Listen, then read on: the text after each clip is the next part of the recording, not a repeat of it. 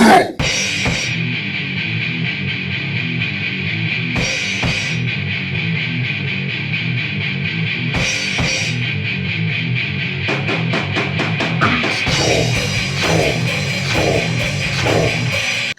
everybody. Welcome to our channel. We are here with the band Penny Billionaires. Thank you for joining our channel today. It's good to be here. Thanks for inviting us. Yes, we have so many questions for you guys, and we are super excited about hearing them all. And honestly, I don't care how long this takes, as long as we're having a great time. Cool. All right. Sounds like a plan. All right. All right. My first question to you guys. So how did you come up with this funny, intelligent name, Penny Billionaires? Because I feel like sometimes I'm a penny billionaire. Well, this is a question for me, so I'll take the lead on that. Well, funny, that could be us. Intelligent, I don't know. But it's a cool story. 6 years ago, I was recording an album with a different band with a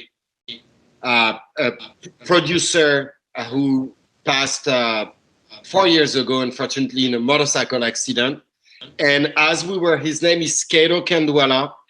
And we had a track at the time in that band called Penny Millionaires. And one morning he arrived to the studio, and he's like, man, Penny Millionaires, that would be such a good name for a band, right?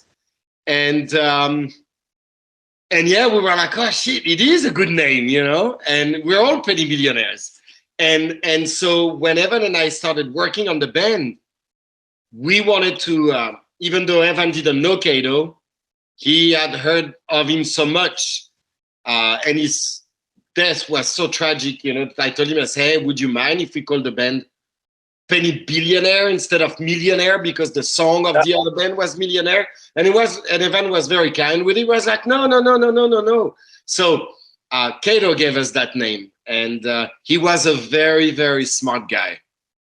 Well, I'm very sorry to hear about your friend, and you know what? It's probably an honor for him that you're using, you know, something of his touch. So that's a good story. Thanks. Yeah. He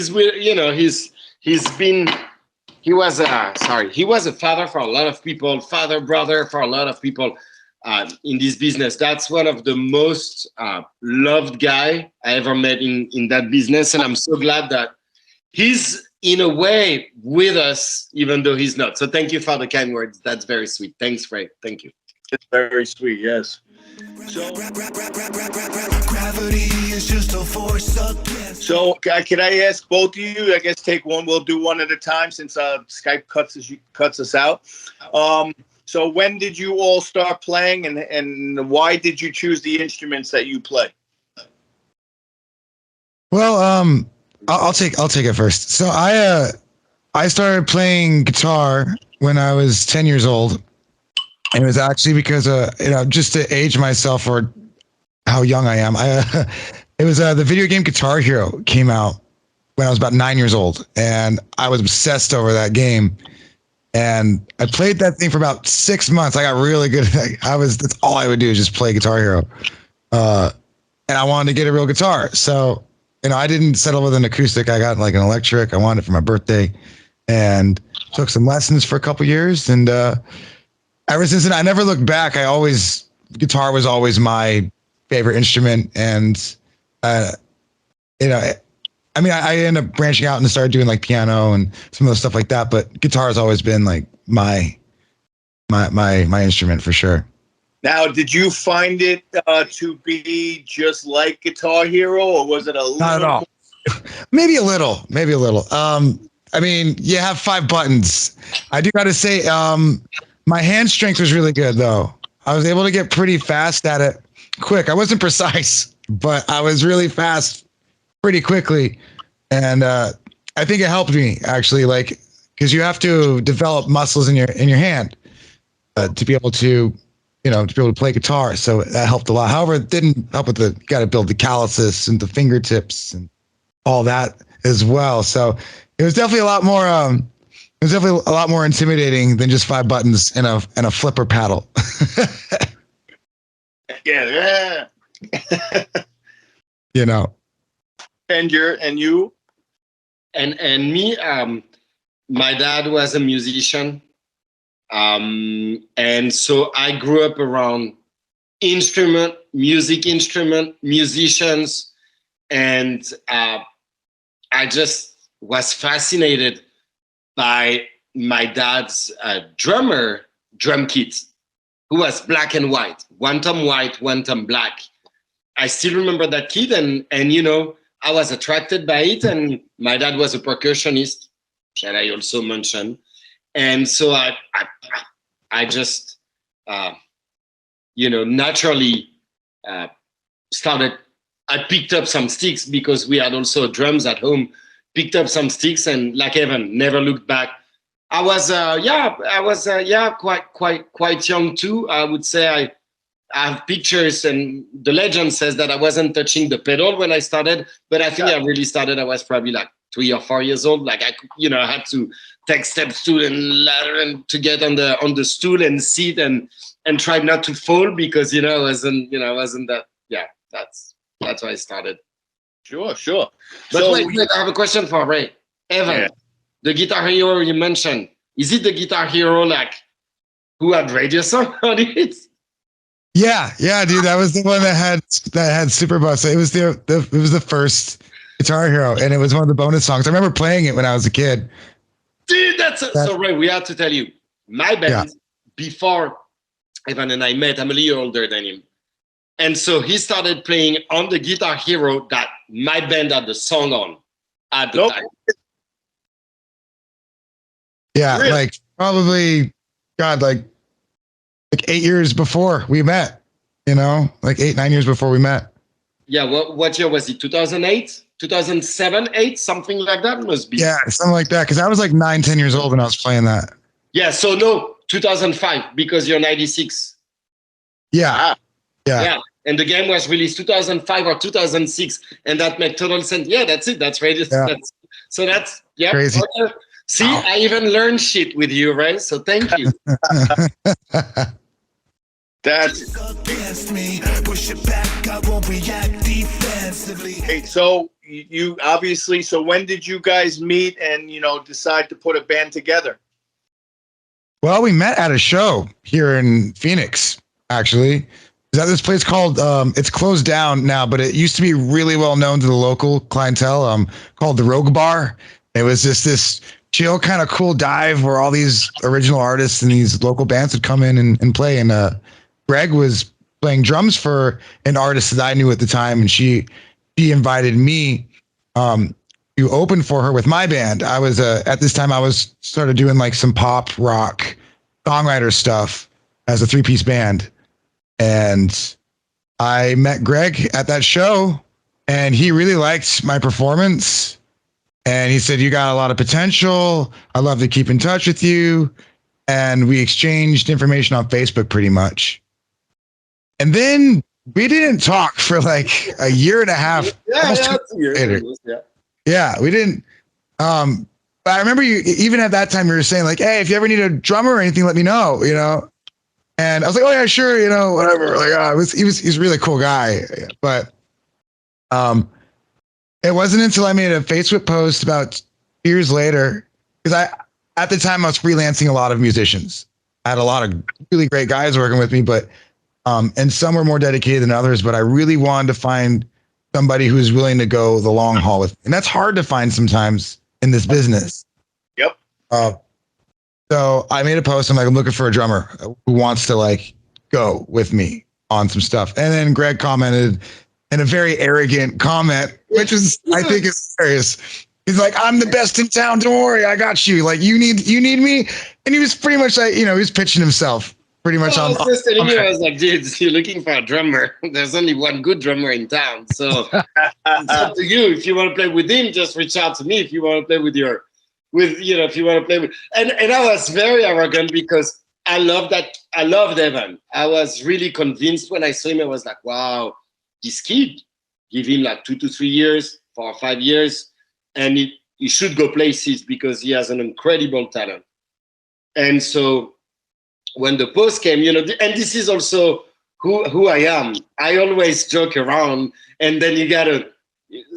Sometimes it's even confusing for my family because they're like, my wife's like, are you know, like they don't know if I'm, you know, and I'm like, oh, I was joking, and they're like, well, it doesn't sound like you were joking, and so this is my way of, I guess, you know, maybe protecting myself. So that's what I wrote to him very arrogantly. That was very arrogant, like, and he was like, Yeah, I wish I could pull it up somewhere because it's there. That's very funny. Yeah, I think it must be existing. It's on Facebook somewhere. What's funny though, Ray, we talk and the conversation was very friendly, very cool. On the phone, it was a lot cooler. And then it didn't happen. It did not. Yeah. Remember, Evan? It didn't happen. And then 2 months later, second tentative, and this time it worked. Yeah, because it wasn't until you came over. But you didn't come over until, because we talked and we didn't talk. And then I don't know if you reached back out to me or I reached back out to you after that. No, you guys sound like... I think you reached back out to me. Sorry, Ray, we're leaving Ray out of this podcast. Yeah. This is our podcast now. This is great content. This is exactly what... This is the truth. We're looking at each other and trying to remember. But the one thing I can tell you, Ray, it did the first tentative, like, okay, I'll get back to you. And you never did. You know how good you are with your phone. And especially back then. God. Yeah. Oh my God. But 3 months later. We'll go to the next question. This could go on forever. You guys like boyfriend, girlfriend. It was so yeah. It's don't tell his wife. That's hilarious. So what kind of genre do you guys think you fall into, and why did you choose this type of music? Gosh, like, I mean, it was supposed to be. It started off as like an electronic metal band, and industrial. Yeah, and it's like I didn't even know what industrial really was, to be honest. I mean, I knew like new metal, and I love Linkin Park, but it was like I wanted to always do rock music. So I think it's like hard rock meets electronica. But it's I don't know what kind of rock to classify it as. That's the thing. Like, there's so many different types of rock, and I don't even like.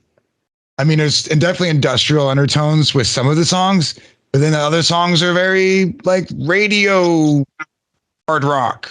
You know, like what you get back in like from the 2010s, but I like to think it has a nice spin with it because not only the production is different and the instrumentation side it's not heavily guitar based, which is kind of funny because I love to shred guitar solos, and there's not many guitar solos on our stuff, which I'm fine with. But I would say it's like hard rock electronica. Like, okay, so you have your song Lights Out. I noticed there's a lot of background sounds. Now, is that coming from your keyboards or is that coming from the computer itself? Well, so what I do is I use virtual instruments, like a lot of synthesizers, and a lot of it's played on the keyboard actually, and then I'll just mess with it until like God knows what until I'm done. Because I like to try and find some really cool, interesting sounds. I grew up with a lot of dubstep influences, and I want to like kind of put some really dirty synthesizers around this kind of stuff. And a lot of it also is sometimes vocal editings, glitch effects, things like that I'll do, and I'll write that and program that in the software itself. Like in Awoken, at the very end, there's that really nice, cool vocal glitch that happens a few times at the end, and that was kind of a thing we started using in a couple other songs too, which is fun. Where I would just chop up. I would take my voice and I would chop it up and pitch it in a weird way and like stutter it and warp it, and it's pretty cool. Yeah, no, yeah, the sound effects were amazing in Lights Out. Also, I noticed in Lights Out, Greg, your drum set sounded like an electric drum set, but yet you were playing on a regular drum set. How did you make it sound so electric? So to be fully honest with you, we decided to try to match a little bit what other bands in our scene were doing, and a lot of it is triggered. So you do have the original recording on original acoustic drums, and then when we get with the studio, Evan brings some magic, and we do cover and double every sound with like some, samples. And obviously, it's a 90-10, if I'm not mistaken, Evan, the percentage, 90% sample, 10% drum. I mean, the drumming is there. If you want to get in depth with it, it's real quick. It's basically you want to take the drum room ambience, even with the kick and the snare. So the actual performance is still the same, but you add on, you can create a lot punchier of a mix with samples, and it's usually just the kick and the snare. Sometimes you use this. Sometimes you overlay some other extra percussion on it as well over, which is in that song and a lot of other songs as well that we do. But like all the overheads of the cymbals, all that stuff, the toms, the room, like that's all the organic you're getting, and you're still hearing a little bit of the sound. Like you could take the snare and the kick out and just have the sample, and it wouldn't sound the same either. So you're trying to blend it, but it is quite a bit of the sample, as well. It's and I try to create those samples myself by blending different triggers from kicks and snares as well, and kind of making my own. Yeah, it's like 4 or 5 different snares, 4 or 5 different beats put together, and then that creates that. And side note, a lot of the upcoming songs will be colored this way. We believe we have found, after this fourth Lights Out was our 5th single, we finally have found what we call the defining sound. So now that's gonna be we're gonna use that at least on the next few songs coming. Yeah, absolutely. Got an album coming out soon. What's the future of the band? New videos, songs, albums. What's coming from you guys? Well, I mean, we're gonna. Do you want to talk about like what we got planned for the next year? I'm down. You can. It's pretty much just releasing a song after another, and then an EP. Album, it's a big word. Yeah, album's pretty big, but we're gonna be doing an EP.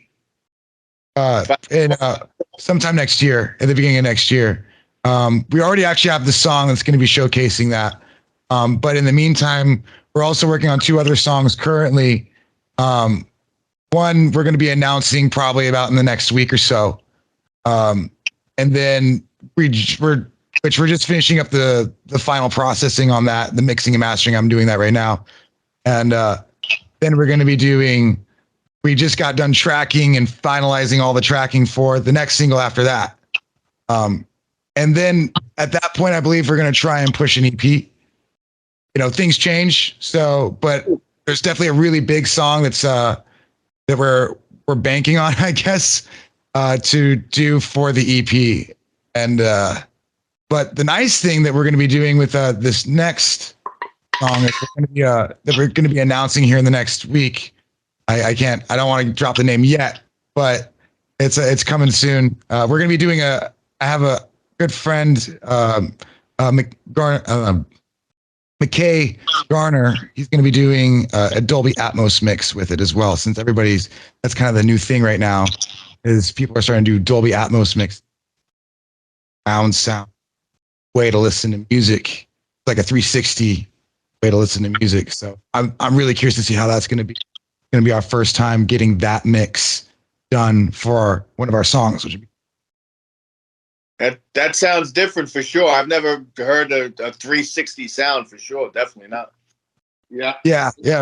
We're hopefully we're going to be going down to LA sometime, and we're gonna hear it, because you kind of need the room or certain type of headphones, certain type of speakers. Apple's really been pushing it a bit with this new thing, and all the bands now starting to do.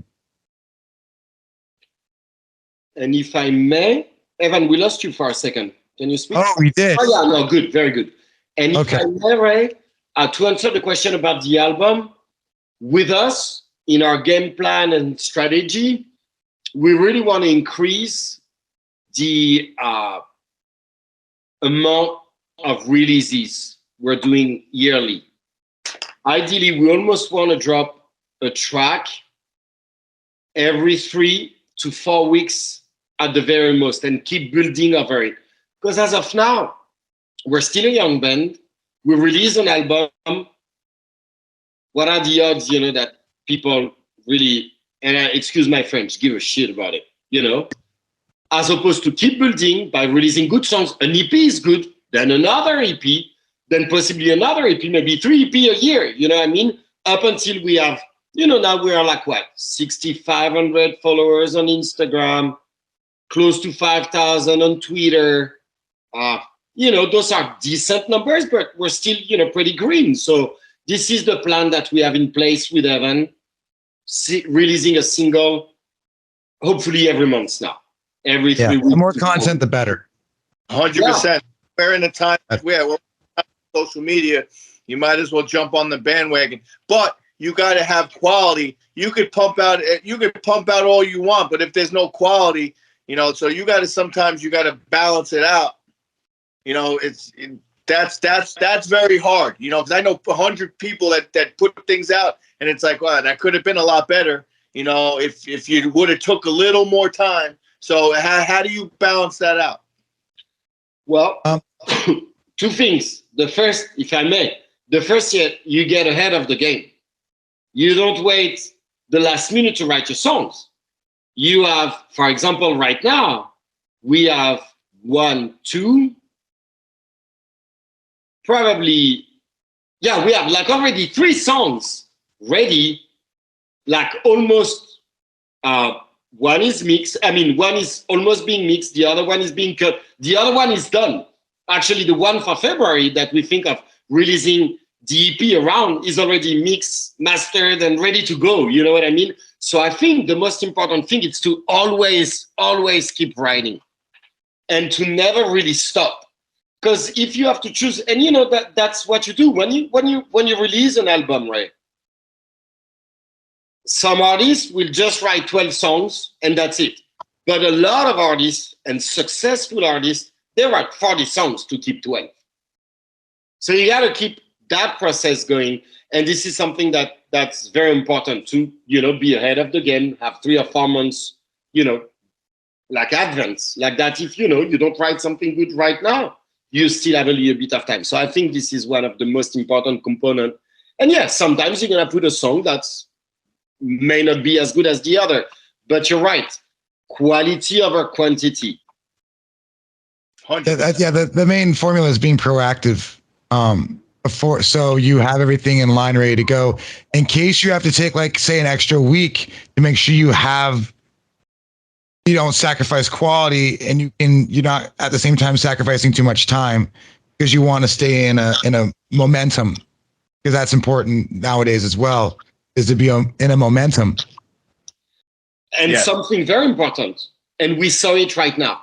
Our latest single, Lights Out, did really, really, really well on Apple Music.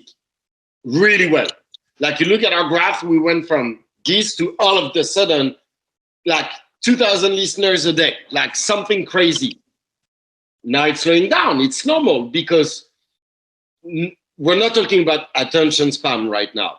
But the life cycle of a song now is much shorter than back in the days. And for example, Evan, And for example, Evan, we don't have the support of radios as of now. We do have a lot of web radios, independent radios that help us and play the song, but we don't have anything major behind. So within 3 weeks, the song fucking dies out. So you need to be right away on top of it. And this is what we noticed because we've been studying everything this last year. It's like we're in a lab right now. We're like two like scientists, mad scientists doing 2 different things in that band. He does one thing, I do the other.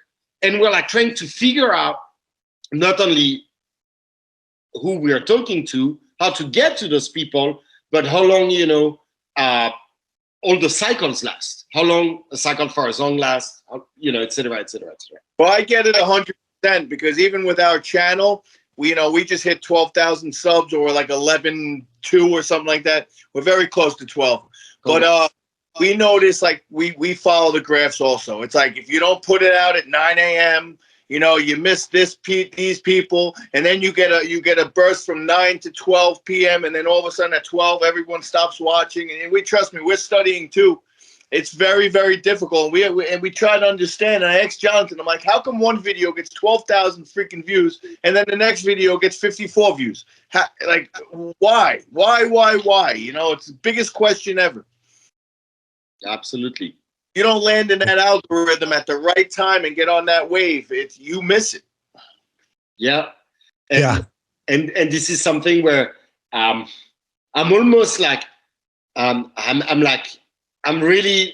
think it sucks that our next single is not out already, because I'm like, this is what we wanted to do originally, but we got delayed. We decided to try something new, and I'm not blaming anybody, but it confronted us in our thinking that, okay, we should definitely go for the 3 to 4 weeks and keep going. And this is also why releasing an album for us wouldn't do so good. Because at least on releasing a single after a single, how much press are we going to get, Ray? Being such a, you know what I mean? We wouldn't be getting enough press to last a year, as opposed to a single every 3 weeks. You last 10 months at least. Yeah, I mean, the formula for new bands and new artists coming out now is totally different than what it used to be 10 years ago, because you have to build it up yourself from the ground up. Nobody is interested. Like, nobody listens to albums anymore. Like, people listen to songs. They got to find it. Yeah, I mean, we're not going to iTunes and even buying albums anymore, really. I mean, we're streaming things, and we get fed all these new songs on playlists and discovery playlists for us that are recommended through algorithms, and it's a totally different kind of thing now. So it's not like, oh, you push it out, come buy our album, and get our disc, and play it in the car, and that's what you got. Now we just listen to playlists and we don't even know who's on it, but we like the playlist because of the vibe it gives us nowadays. We don't even, it's a totally different game to try and break out and be known. And Ray, I'm sure you saw the news. We broke the 100,000 song released per day. We are releasing 100. I mean, obviously not Evan and I, but oh my, there's a fucking 100,000 song released every day. Every day. So you got to keep up the work, and you got to keep up putting shit out. And as you say, even though I think what we're doing is really, really good, I'm sure out of those 100,000 songs, somebody else must be doing something really, really good. So how to beat them? Write better songs, but more better songs, if I may say it this way. Instead of having one good song, we have 12. And every time we release something, it's like, wow. So if I go on, say Amazon Music or Apple Music, or what genre do you think you fall into? Like, if I was to put in, say, Linkin Park Radio, like, what are your guys' influences, and where do you feel your music will fall into on the radio? Oh, definitely. I'll return the question to you. Okay. I'm asking you the question, so we're asking you that question, Ray. Me? I think you would fall into Linkin Park Radio, 100%. Okay. And Evan and I, that's literally what we said in the car. This is the closest band to us, I believe. Right or wrong, Evan? We said that. I would say it absolutely is. And we've been, even from just locally out here, people have actually said, like, you guys totally be like, I don't want to compare that at all. I don't even want to say it. So it makes me feel gross, but like, it's like, oh, you could be the new Linkin Park. And I'm like, yeah, but there's no competition there. Don't get me wrong, please. Like, cannot touch Linkin Park, but they're the biggest influence, because honestly, nothing really, like, we always ask, like, okay, where do we put ourselves? Hard rock, like, all the new hard rock is coming out. It's like mostly it's metalcore. It's a totally different style that kind of reflects off of the pop punk days of like Blink-182, but heavier. And it's been like that for 10 years now. 15 years. that kind of style.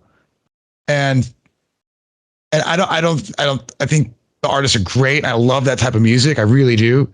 But it starts to get kind of stale to me a bit. But at the same time, like then you have like radio hard rock and metal, like which a lot of people love, and some people, curious people, don't like. But like Disturbed, and even like 3 Days Grace, and which I grew up listening to all those bands. I love those bands. They're a big influence to me as well, hard rock wise. And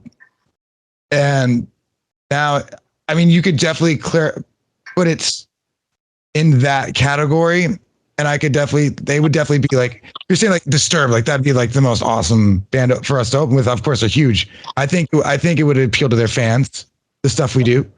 But it's very, very much like that, very along with bands like that. Actually, it's funny because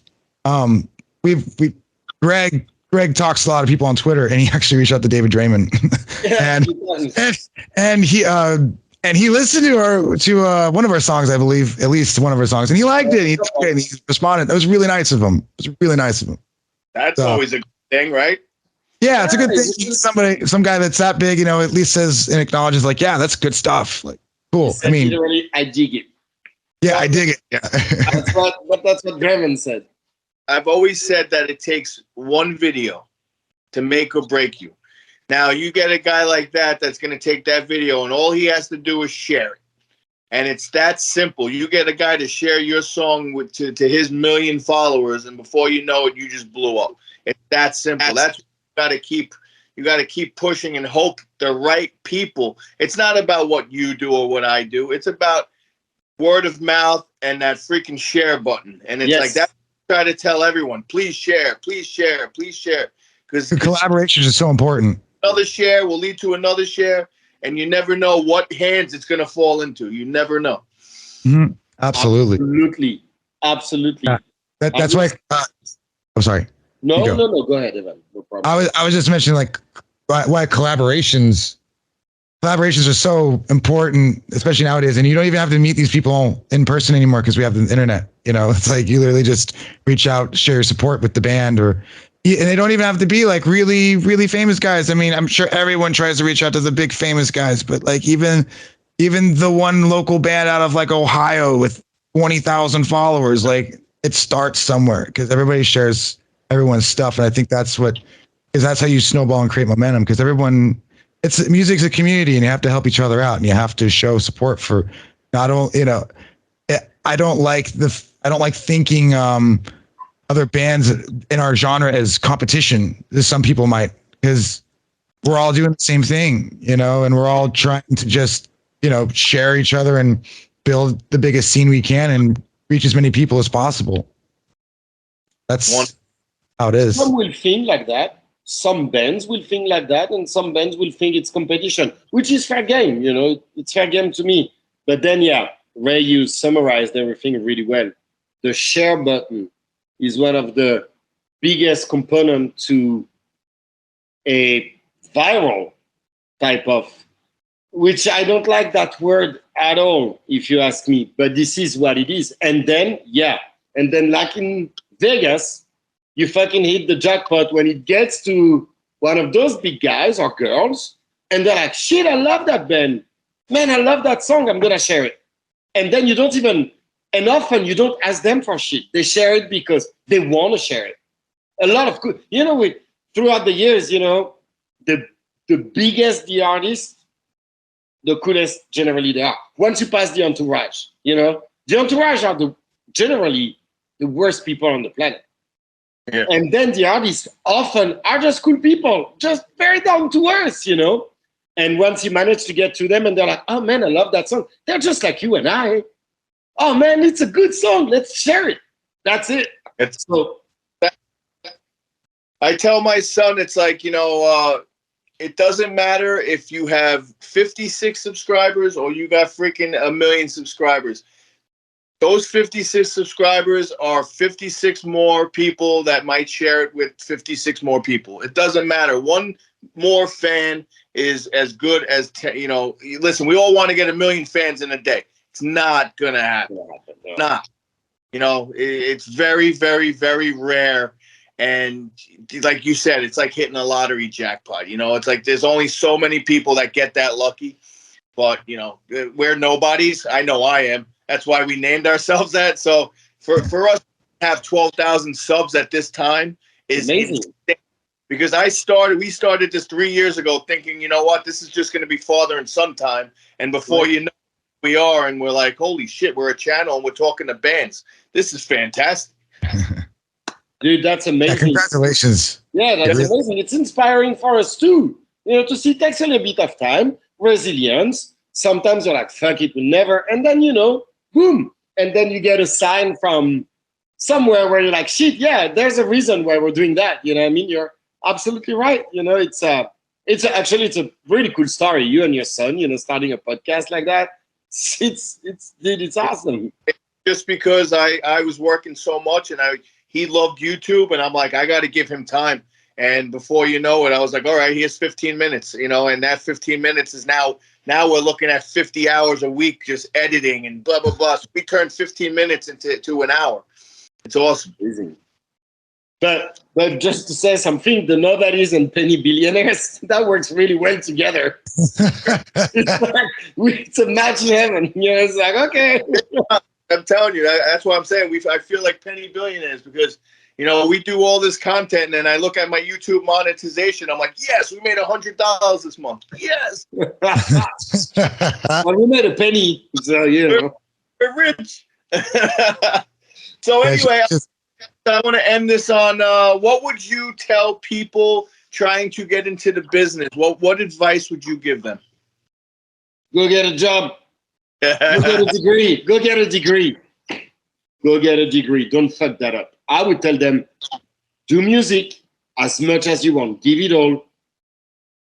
But go get a degree because, if I may, Evan, and I will let you give your spin on that. But something very important. It's probably 0.00001%. So the chances are very slim. If you make it, it's awesome. If you don't, it sucks, obviously. And if you don't have a backup plan, then it's really going to suck. So you can do both. It requires a lot of work to go to school and to keep working with a band and sustain it and keep going for it. This is my little advice. It's like, give it all, and you gotta give it all. But always keep in mind to have a B plan, because you may have more chances to not make it than to make it. That's the only advice I would give. Perfect. That's funny. I would say don't get a B plan, but I would say if you want to get involved into it, be prepared to sacrifice everything. Oh, yeah. Because it's not an easy career. You're basically, what you're doing is you're being an entrepreneur, starting your own business on a product that is subjective, because it doesn't actually have any physical presence. It's a subjective. It's art. So trying to make money off of art is a very tough thing, but it's doable if you're passionate and you're talented enough at it. But still, you have to put the work in all the time, and you have to sacrifice a lot for it. It's something that I wish I knew earlier in my development as an artist, because I knew I was talented, but at the same time, I didn't put in the work and the discipline at the beginning that I am now doing. And I realized it takes a lot of sacrifice. You need to be, you're working 90 hours a week. This isn't like, oh, cool, you get to be your own boss. Like, if you can find some way to even start making a little bit of money, that's awesome. But a lot of people who do this start off doing a 9-to-5 job, working as a server, or, you know, I'm very lucky because I was able to do my craft in a town that hires a lot of cover bands. So that's my day job, like, as I'm working this out. So I'm very grateful and lucky that I get to do that, but it's a hustle and it's a grind, and some people have it way worse than me and some people have it better than me, but it's a sacrifice, and you have to be willing to sacrifice everything and not give up. It can take 10 years. It really can. But it's the biggest part of failure for a lot of people who don't make it is because they give up. They decide I'm just going to go and do this career path now because, I got a wife and now I got kids and now I have to think about that now. And it's a lot of sacrifice, like, plain and simple. I think that's the biggest thing. Be prepared for it. Sacrifice and work, in fact, because nowadays you have to do more. I mean, you always had to do a lot when you were in a band, right? But nowadays, because of the social media and because you don't get support and you got to do everything on your own, it's really a lot of work, and a lot of people do not realize the amount of work that it requires. I mean, put it this way, like, we don't have a lot of money right now. You know, obviously when we have money, you can throw things around. It's awesome. It's great when you have money, of course. And a lot of people aren't going to have money when they do this. For me, for instance, like what I do, I'm pretty much, I write a lot of the songs. I write, you know, majority of that. I'm producing it and mastering and mixing it as well. On top of it, we got to think about how we implement our social media as well, doing videos, promo for that all the time, editing the videos. And you have to come up with marketing plans, strategies. And honestly, I work like 4 or 5 hours a night, 4 nights a week, which is 5 nights a week. I mean, we're pretty busy these next 2 weeks, but I get all that, and that takes up all my day still.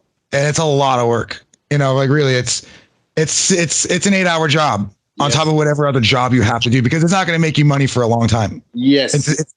It'll build momentum though. It will, but you have to be consistent with it and grind and lose hours of sleep. And, you know, that's the sacrifice, right? But it's for the work. You have to, I would say you better make sure you're doing this because you have to do music. I only do it because I have to do music. Music's my life. Music's my soul. It's my blood. If it wasn't, I just have fun doing music, I would go in I would probably go in, I don't know, real estate or something that actually makes money. Because this isn't something like, I was going to ask someone like, oh, you want to make some money? Like, yeah, you should be a musician. Like, go be a rock star. Like, no, like, God, no. That's the craziest thing ever. It's like, you probably have a bigger chance of winning the lottery than becoming a rock star. And it's a lot of work, and it's a lot of luck on top of it. But if you work hard and put yourself in a lot of opportunities, you're going to have a lot more opportunities for lucky situations. That's the hope. That's the drive. That's the push. Create your own luck. Yep. All right. Well, those were excellent answers. We're about to get out of here. We've been going 45 minutes. Wow, this has been a fantastic interview. To all the Nobodies fans, go buy their stuff, go freaking watch their videos, and share like we talked about. So I'm Father from the Nobodies, and you are Penny Billionaires. Yes. Listen, rock on. Thank you very much, and we will definitely talk to you, and hopefully this isn't the last time we hang. Hopefully not. It's been a pleasure, Ed. Thank you so much. Thanks for inviting us. Thank you.